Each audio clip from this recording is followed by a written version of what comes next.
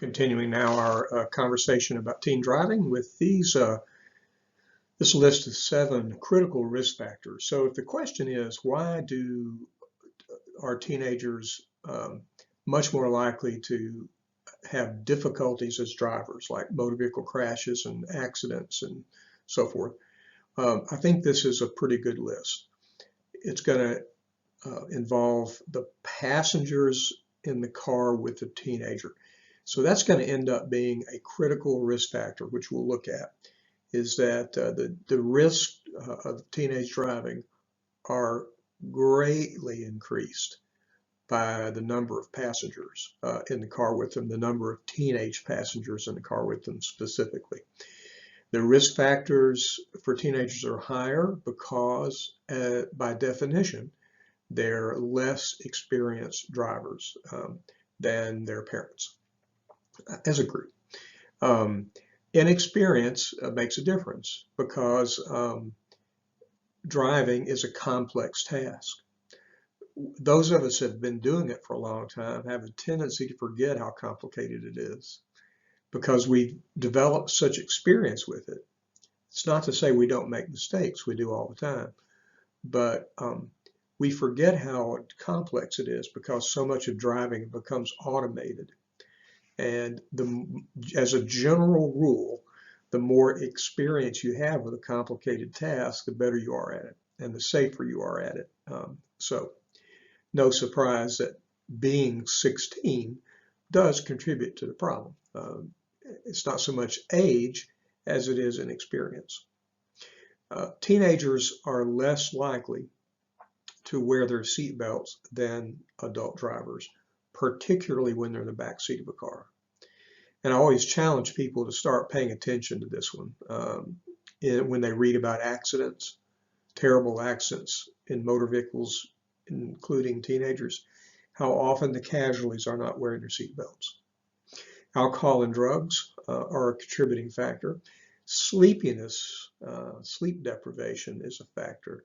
Distracted driving and nighttime driving. And you might look at that list and say those are potentially problems for risk factors for all drivers, and that's true for the most part. But it just turns out that these risk factors are more likely to contribute to problems if the driver is a teenager than if she's not a teenager. A very frustrating and tragic thing is that these risk factors, major things that tend to contribute to these terrible motor vehicle crashes, tend to cluster together, meaning they occur at the same time. So let's say that this weekend there would be a big concert someplace involving a musical artist that's popular among teenagers and college-age students. So you got a bunch of kids going to the concert. So let's just think about an SUV leaving the suburbs and heading for the concert. Would that vehicle on the way to the concert have passengers? Would that driver have passengers, teenage passengers? Yes. No one goes to a concert alone. You know, that's the kiss of death. Would a teenage driver be inexperienced by definition? So if you've got a teenager driving, by definition, you've added the risk factor of inexperience. Is there a decent chance that somebody won't be wearing their seatbelts? Yes, particularly in the back seat of that vehicle. Particularly in the back seat, people are prone not to wear their seatbelts. If they're on their way to a concert, is there a decent chance some alcohol and drugs have been consumed? Is there a better chance that the driver is under the influence? Is there a better chance that other people are under the influence in the car and are distracting the driver? Yes. Is the driver sleep deprived? If he's a teenager or a college student, the answer to that is yes. And you might say, well, Dale, how could you just state categorically that the teenage driver would be sleep deprived? And I could do that because all teenagers are sleep deprived, as we'll talk about. And that's not an exaggeration, or not much of one. And then concerts occur at night. And so you could literally have every single one of these 7 factors that increase the chances of having a catastrophe occur. You could have those present in one event, kids going to a concert. As is true in this case, this one's from California. Had this in my slideshow for 20 years. This 16-year-old boy, William, died in this accident. But it was, let's look at the factors. It was late on a Saturday night, so that's night driving. The driver had just gotten his license, so it was not only an experienced driver, but an inexperienced driver among inexperienced drivers, 16-year-olds, teenagers. The victim was the only fatality, and he was in the back seat and the only person not wearing a seatbelt. And this consisted of a driver plus multiple passengers. I think there were 6 in the vehicle. It's my view of that bullet point's obscured, but I believe that's true. So you have virtually all of these factors in play, except for alcohol and drugs. The state police said there were no alcohol and drugs involved. But you had all of these different risk factors coming together at a single time. So let's talk about these risk factors in a little bit more detail, because this is not just background information. My hope is that this is information parents can use in making decisions about whether to allow your teenager to drive someplace on a given night or weekend, that you'd be thinking about these things. So let's begin with passengers. I think the data from this study, which came out in 2012, has been really helpful in helping all of us understand the relationship between having teenage passengers in a car with teenage drivers and the crash risk. So this is a AAA foundation supported study that basically is doing this. It's looking at making comparisons of the risk that the driver, a teenage driver, 16 to 17-year-old, will die based on the number of passengers that he or she has in a car with him on a given trip. If the teenage driver is alone, that's that first column, then these experimenters say, let's say their risk of dying in that crash or dying in a crash that night is that they just set that at 1 for comparison. Then if you add 1 teenage passenger, in other words, your driver has 1 passenger, the risk that driver will die that night and crash goes up to 40%, 1.4. If there are, so let me see here, if there are 2 passengers, then that risk is doubled. So the risk that your teenager will drive, the #1 cause of death among teenagers, motor vehicle crashes, goes up, is doubled on a given night if she has 2 passengers, or he does. And if he or she has 3 or more passengers, the risk goes up more than 4-fold. Now that's dramatic.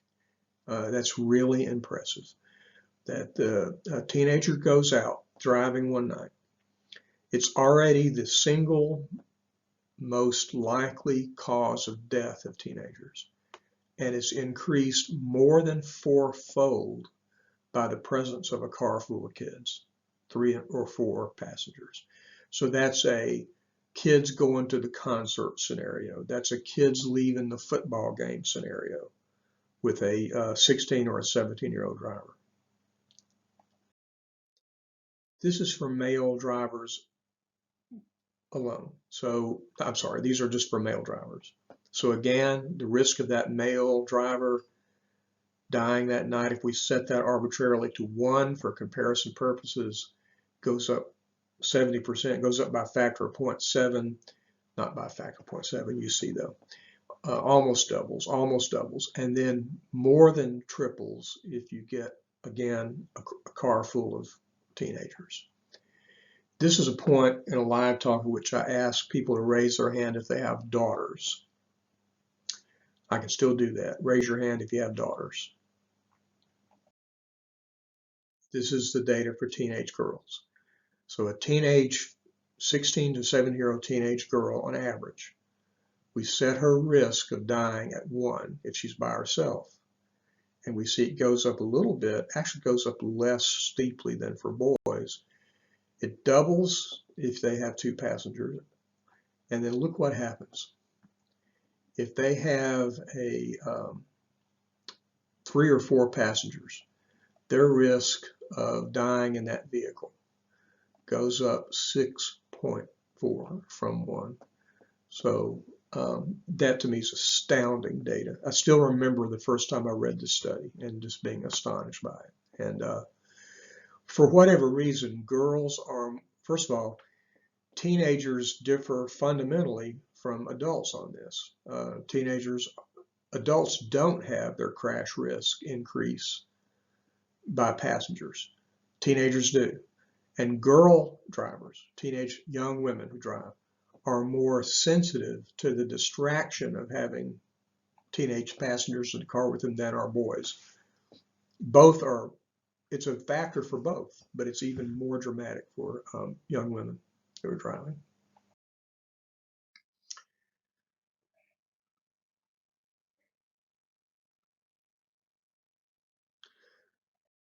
All right, so one thing to consider is that once your teenager is 15 or even 14, he or she may have friends, certainly if they're 15, who've already been licensed, because those will be kids in their own grades.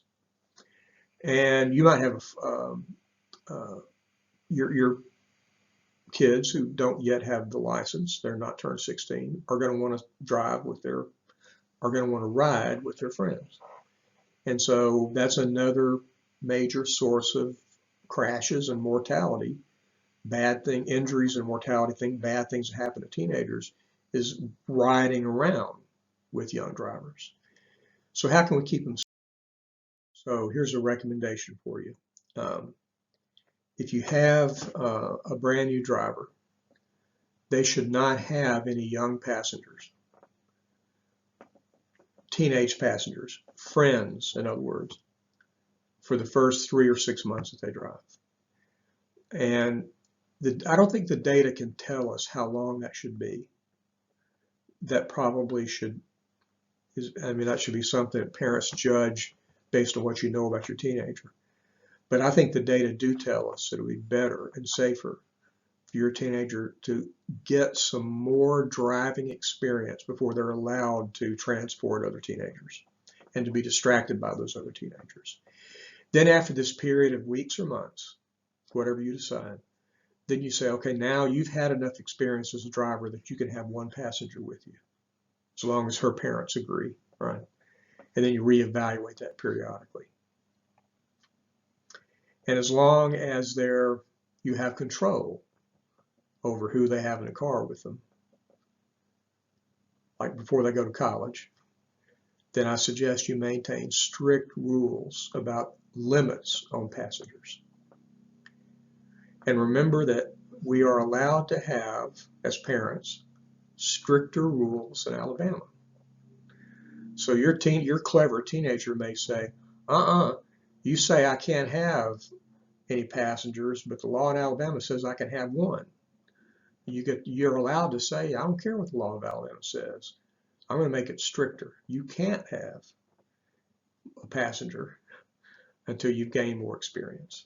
So don't let them rope you into thinking that the law compels you to allow your child to have a passenger. It doesn't. Right? So anyway, that one just always tickles me. For a passenger, in other words, if your teenager's not driving yet, rules to consider. You may not ride with any driver who's been licensed less than X amount of time, whatever that is, weeks or months. You must get my permission every time you want to ride with somebody. You can't just jump into a car with somebody after the football game. And you have to make sure, if you're in a car with somebody, that you're wearing your seatbelt, that it's not packed up with kids, and that there's no alcohol and drugs involved. Those are rules to have for your seatbelts. So the main thing to know about seatbelts in teenagers is that teenagers are less likely to wear their seatbelts than other drivers, than adult drivers. Teenagers are less likely to wear their seatbelts when they're passengers than adults. Say about seatbelts. All we need to say about seatbelts is that we know that of teenage passengers who get killed, in car crashes, about 60% of them were not wearing their seatbelts. And again, I mentioned this earlier, but pay attention to how many of these terrible accidents, the casualties, the people hurt or killed, are people from the back seat not wearing their seatbelts. Happens a lot. So as you see news articles about these terrible crashes, pay attention to that. How often the people who die are in the back seat, not wearing seatbelts.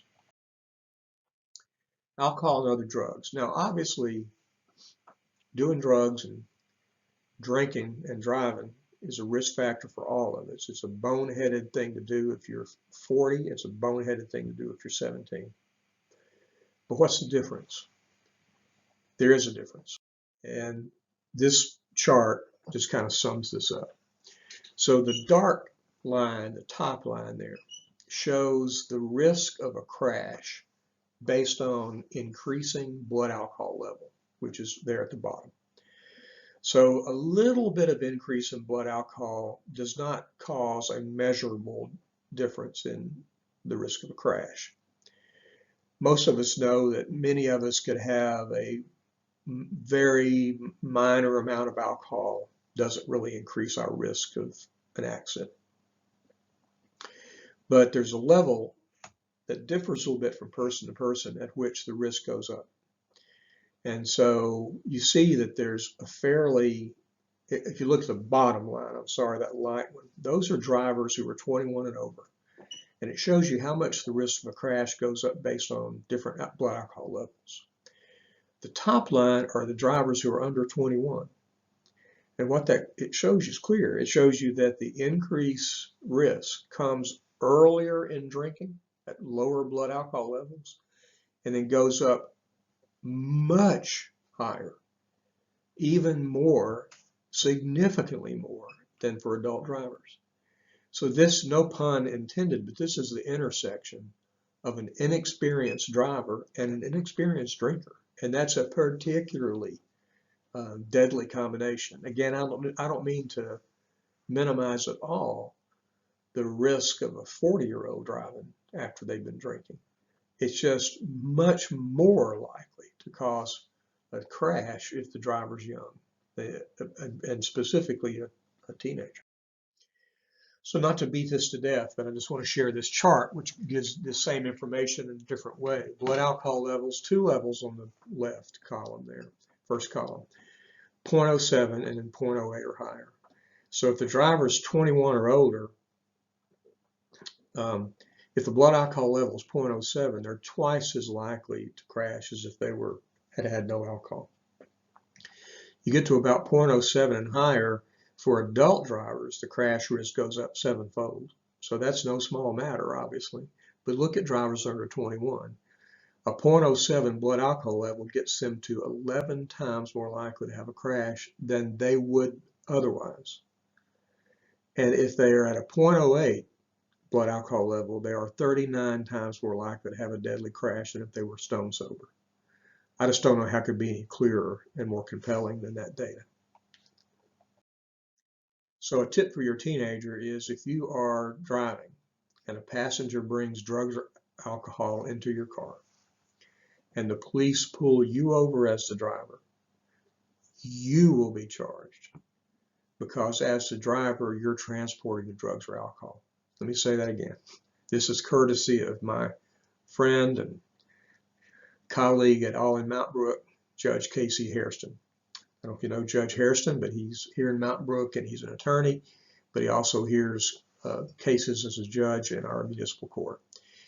And Judge Hairston reminds us, if you are driving and you're a teenager, you're driving, and a passenger brings drugs or alcohol into the car, even if you know nothing about it, the police pull you over, you will be charged as the driver because you are transporting drugs or alcohol in that car.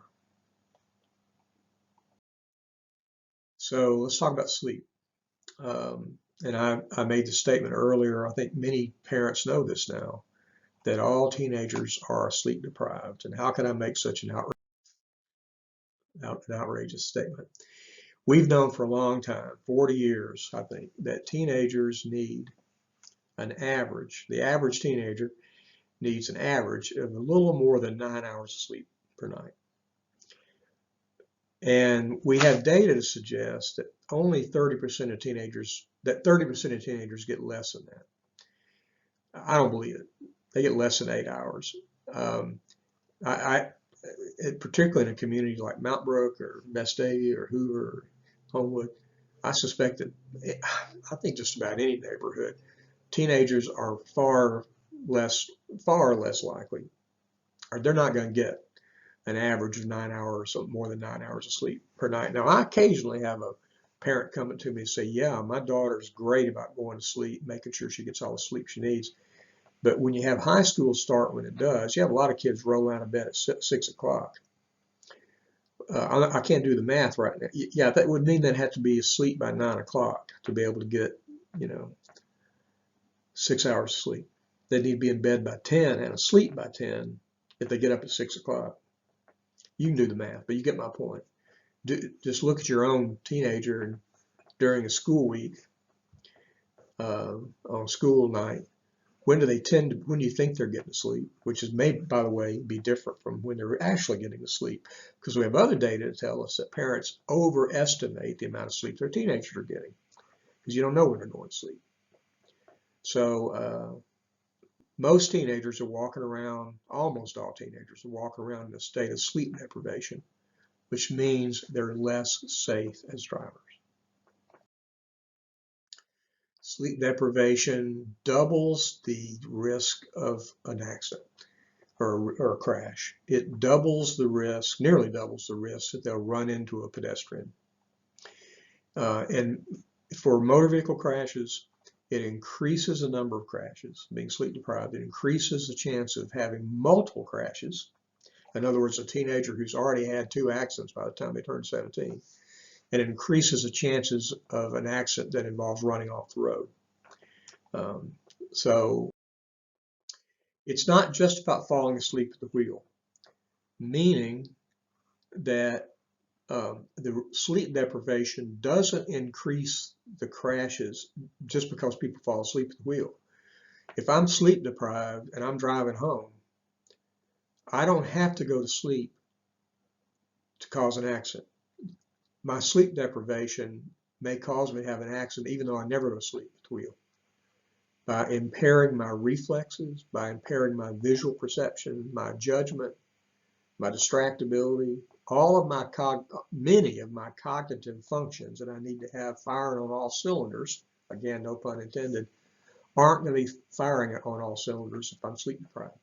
So sleep deprivation increases crash risk independent of falling asleep at the wheel, which is bad enough. Let's talk about distracted driving. Since about 2012, remember this guy, Governor Robert Bentley? He signed a bill making it unlawful for any of us to do this with our phone, texting while driving.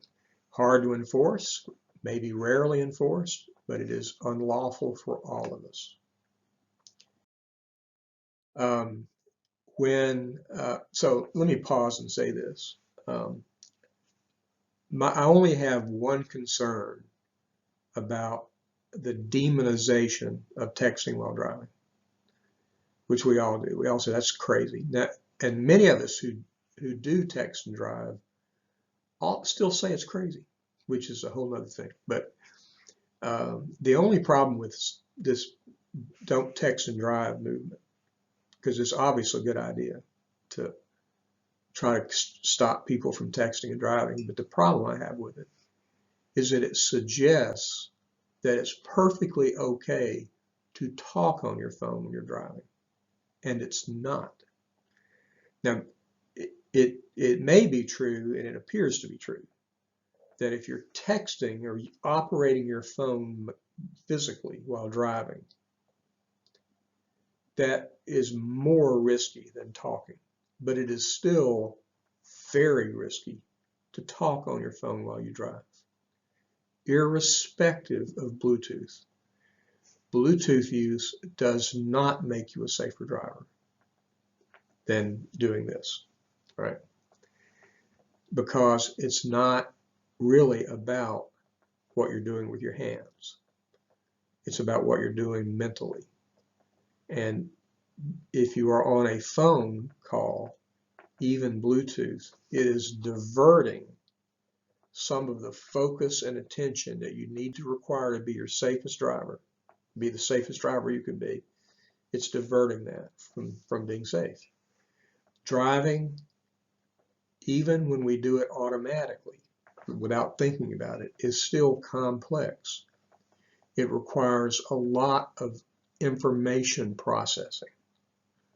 What do these traffic patterns mean? What's this car over here doing? What does that light mean? What does that sign mean? What do these road conditions mean? And granted, after a while, some of that becomes automated. But if we get on a phone call, it is diverting our mental resources away from that information processing into trying to process a telephone call. So no matter who you are, you add to your danger. You add to the danger of driving significantly by choosing to use your phone while you're driving. There's no question about it. Now, there's a subset of people, says the research, that may be what they call super multitaskers. People who are able to multitask, like when they're driving, and still do it safely. But they amount to no more than 1.5% of the population. The problem is we all think we're in that category. We all think it's the other people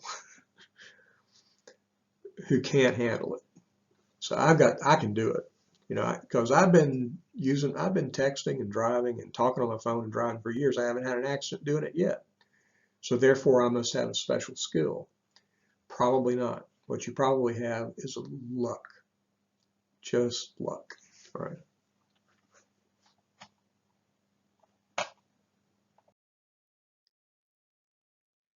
This is just to get to the point that hands-free technology does not reduce cell phone risk. We have multiple studies to indicate that's true.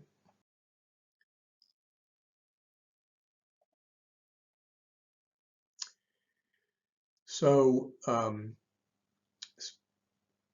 when you're on a phone, whether you're texting or just talking, it slows your reaction time and it causes something called informational blindness. It reduces by about a factor of 1/2 the amount of visual information we process when we drive. So when a person is, they have these laboratories now with driving simulators. They have this at UAB here in Birmingham, where they can track how your eyes are moving when you're driving, where you're looking. So you can track your eye movements. And what they find is that if you're not using a cell phone, your eyes are scanning in this blue box. So, my dad, I think, probably told me I need to look straight ahead, which is fair, but when you're looking straight ahead, you're not really looking straight ahead. You're scanning a box, looking for a car coming this way, a kid on a skateboard coming this way. You're scanning that box. That's a safe thing, and it's automatic. For reasons that are not fully understood, when you're on a cell phone, your eye movements are in this box. So it narrows the information and reduces the information that you truly process. It's not that the school bus over here won't land on your retinas. It will. But you're less likely to fully process that bus being there. I took this photograph some years ago out on Church Street in Mountain Brook. By the way, I was able to stand in the middle of the road here because there was a Coors truck parked in the median, so I could stand behind it and take this picture. So if you're not on your phone, think of this as being what you're scanning. There's a sidewalk that runs across here, and you might be more likely to process the presence of people walking in the street on that crosswalk. if you're on your phone, whether you're texting or you're just on your phone, then it sort of blurs out. Again, it's not really focus here is a metaphor. It's not so much like literal focus of the image on your retinas, but your mental focus on the factor. So there's information there you're just not as likely to process, and it turns out to be on the periphery of the vision. So I'm talking about teenagers, but I'm also talking about us. This is true of all drivers. This is a case also, something that Judge Harrison pointed out to me. This is the Raynes case, which was out of Mobile, and I believe it set a precedent in Alabama. Jonathan Raynes was a young man who served time in prison. I think he must be out by now. I'm sure he is. But he was sentenced in state courts for vehicular, or I guess reckless manslaughter. When he was 21, he was looking at his cell phone and while he was driving, and he struck a Honda head on, and it killed Miranda Hamilton, who was 24 years old. He got convicted of manslaughter. It got upheld on appeal, and he was sent to prison. And you might look at this mugshot and think, well, it looks like a rough guy. My understanding, he was not a rough guy, kind of a gentle guy, worked for his dad, active in his church, never been in any trouble before, and he went to state prison.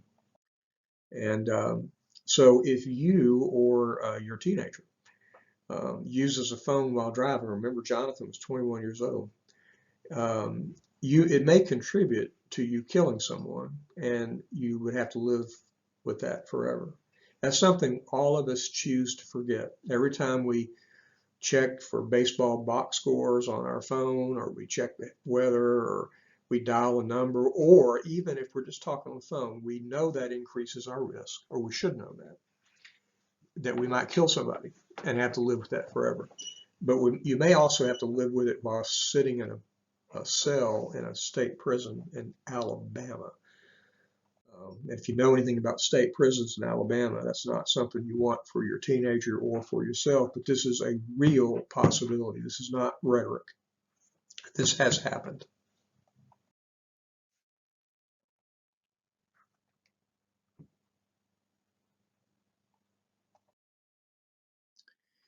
The last one is night driving, and all I want to say about night driving as one of these major risk factors, remember that's what we're doing, we're going through risk factors.